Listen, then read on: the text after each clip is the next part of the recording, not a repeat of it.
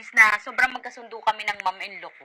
Kaso mo, pag ganitong spring at saka summer na sa Czech Republic, lumalabas yung pagka-inggitera sa akin ng mom-in-law ko. And she's very open about it. Hindi lang siya, pati na rin yung boss ko. Kasi sabi nila, ito daw yung time na talagang puro daw sila pagwawax, pagbubunot. Kasi nga, medyo mabalahibo sila. So, ayan, wala naman talaga akong balahibo sa braso, guys. Awa ng Diyos.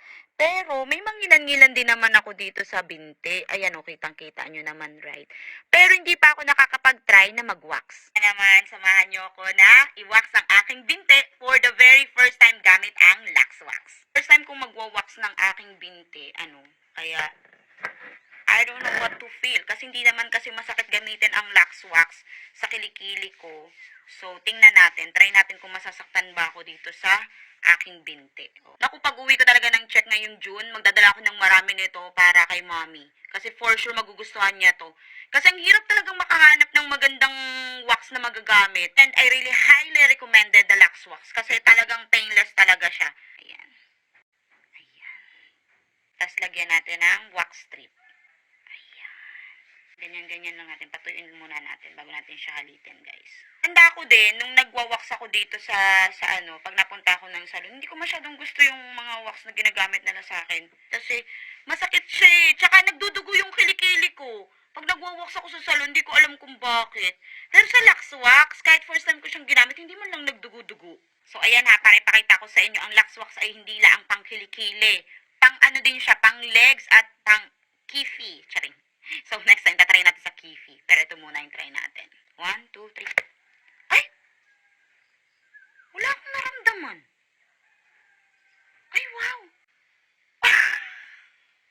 Wala akong naramdaman. Wala akong mararamdaman akong sakit kasi first time, wala. Isa pa. Aroy! Ang galing naman ito talaga.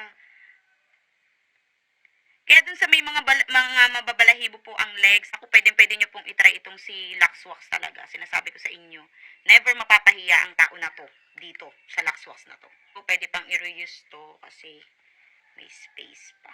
Parang napataba yung apply ko kanina. But that's okay. Yan.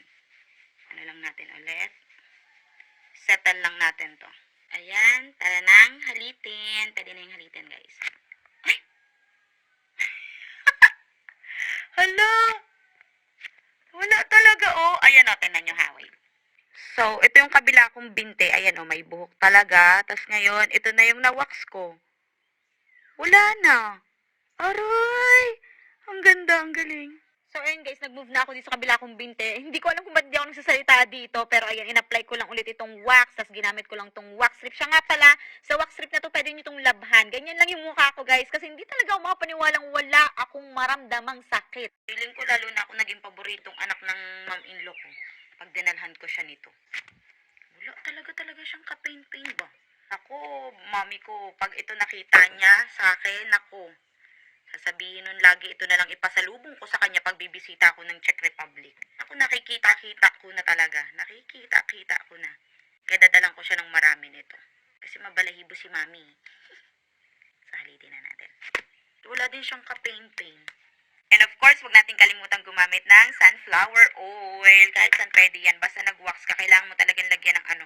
Although wala naman akong naramdamang sakit, pero, you know, just to make it makinis. Kasi sobrang dry ng ano ko. Dagat pa more, Nezel. Dagat pa more. Pero, yeah. Tulad sa braso ko, hairless na din ako dito sa aking binti. So, sa magkakaibig, alam niyo na, check my yellow basket. Ciao!